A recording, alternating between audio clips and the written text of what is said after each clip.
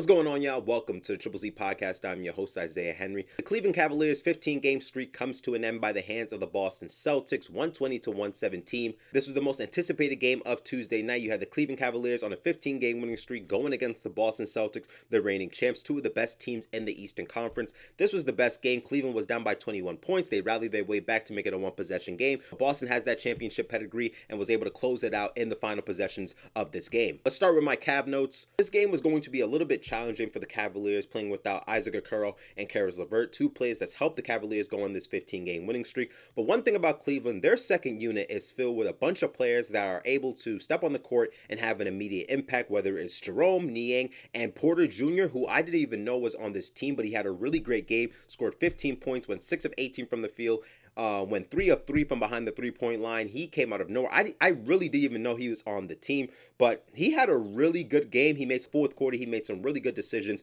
for the Cavaliers to keep them in striking distance. So I don't know where he came from, but he had a really great game. The first quarter for Cleveland and Boston, I would say, was rough. Both teams were shooting kind of streaky a little bit at first, but Boston started to find their stroke from behind the arc a little bit earlier than Cleveland. Cleveland was off to a rocky start. Like in the first quarter, they went 0 of 6 from 3. Boston went 5 of 10 from 3. So at that point in time, you're playing from behind, and you don't want to do that if you're going against the Boston Celtics. In the first half, Boston made 14 of 22 of their three-pointers and had 4 players in double digits. Derek White, Peyton Pritchard, Al Horford, and Jason Tatum. I mean, first half ended with the Cavaliers being down 48-65. And I'll be honest with you, I thought it was over because I thought to myself, if Boston hits like a couple of more threes, which they're more than capable of doing, this game is over. Over, and the streak is done within the first 3 quarters. But I was wrong. The Cavaliers had the best quarter coming in the third. They outscored the Boston Celtics 40-25. Evan Mobley scored 14 points in the third quarter. He hit a 3-point shot. He was being physical and aggressive, asserting himself in the Cavs offense, getting to the free throw line. Defensively, he was able to stay closer towards the rim when Boston subbed in Queta in for Al Horford. So Boston started to cool down from behind the 3-point line, which worked in Cleveland's favor. Craig Porter Jr. in the third quarter, who I didn't even know was on the roster, made really good decisions in the short roll. I don't know why, but Boston decided to blitz Donovan Mitchell. And mind you, Donovan Mitchell's not having the best night. Scoring really inefficiently, not shooting great from behind the three. Shots that he would normally hit, he was missing. So it was a very off night for Donovan Mitchell. He did end the game with 30 plus, but it wasn't on great efficiency. Boston decided to blitz Donovan Mitchell, forcing him to give up the ball and pass it to Porter in the short roll. And Porter Jr. had 3 great decisions when he was passed the ball in the short roll.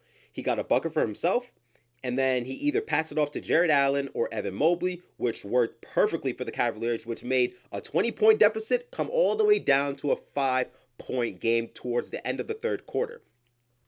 Here's the thing about Cleveland in the fourth. And it's very strange. It's just odd to me.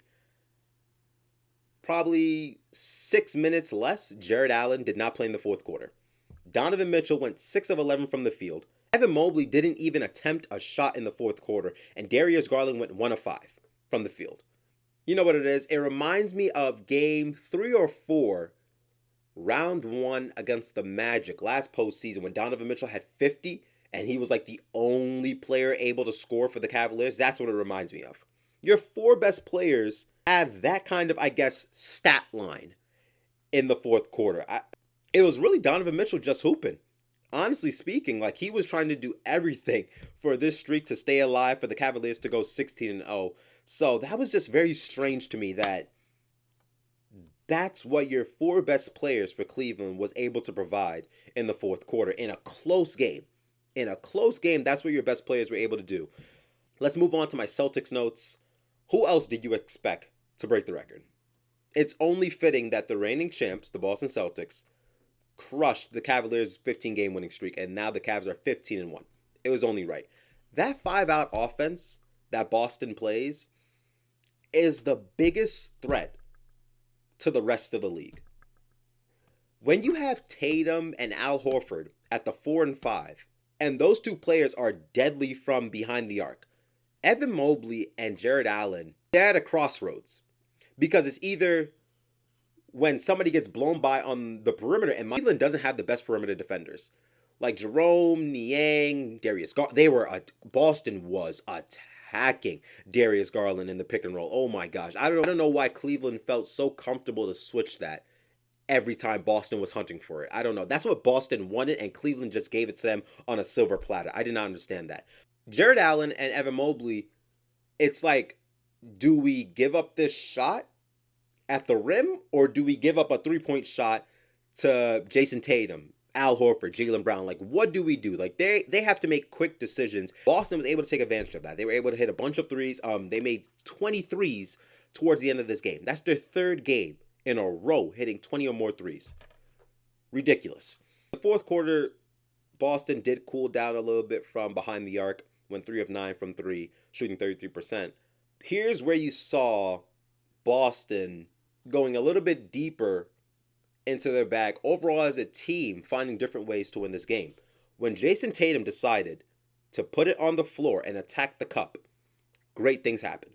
He was in the far corner, went baseline, got a dunk. He was in the far corner once again, went baseline, kicked it out to Peyton Pritchard, and he hit that three on the wing, and the crowd went nuts. Jason Tatum, when he decides to put it on the floor, realizing that he is 6'9", with a handle, with the ability to post up, has a crossover, get by defenders, quick on his feet. He's one of the best at attacking the cup and getting what is rightfully his, which is getting that 2 points. Straight up like that. So I love Tatum putting it on the floor and just asserting himself in the interior going against the Cavaliers defense. Al Horford's defense was impeccable in this game.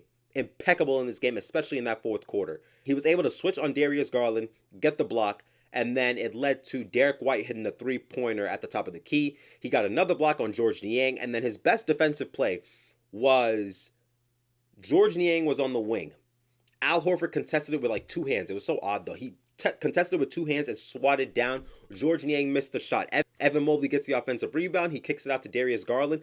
Al Horford just contested George Niang's three-pointer attempt. He finds his way to contest Darius Garland's three in the corner, and it leads to Garland missing the shot.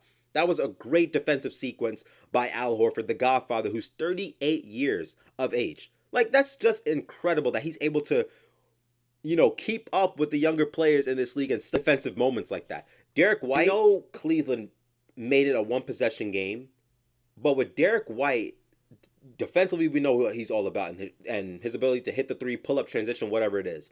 He got to that mid-range a little bit. And the shots he was hitting, it made you feel like, oh yeah, Boston's not losing this game. Derek White is on one tonight.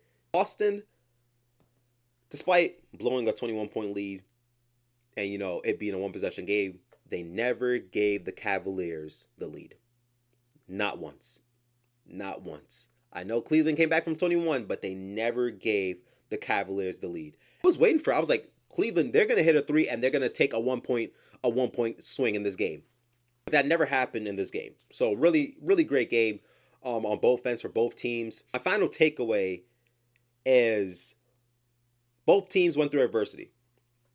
I mean, Cleveland 15-0, they're down 21. It's like, all right, how are we going to get back in this game? How are we going to keep the streak alive?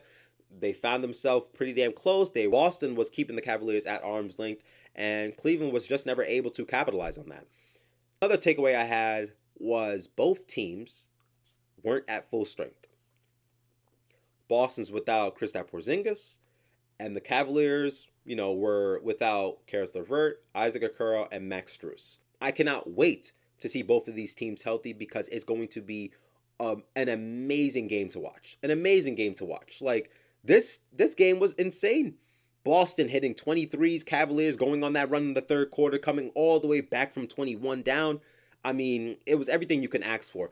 Thank you guys for listening to Triple Z Podcast. Please like and subscribe to the channel. Turn on post notifications. Let me know down in the comment section what games you want me to analyze. Like, this is what I'm trying to do. I want to, watch games and give my analysis and give my notes for both teams and my final thoughts. I'll be more than glad to do that for you guys. Let me know down in the comment section. I'll see you guys next time. Zzz.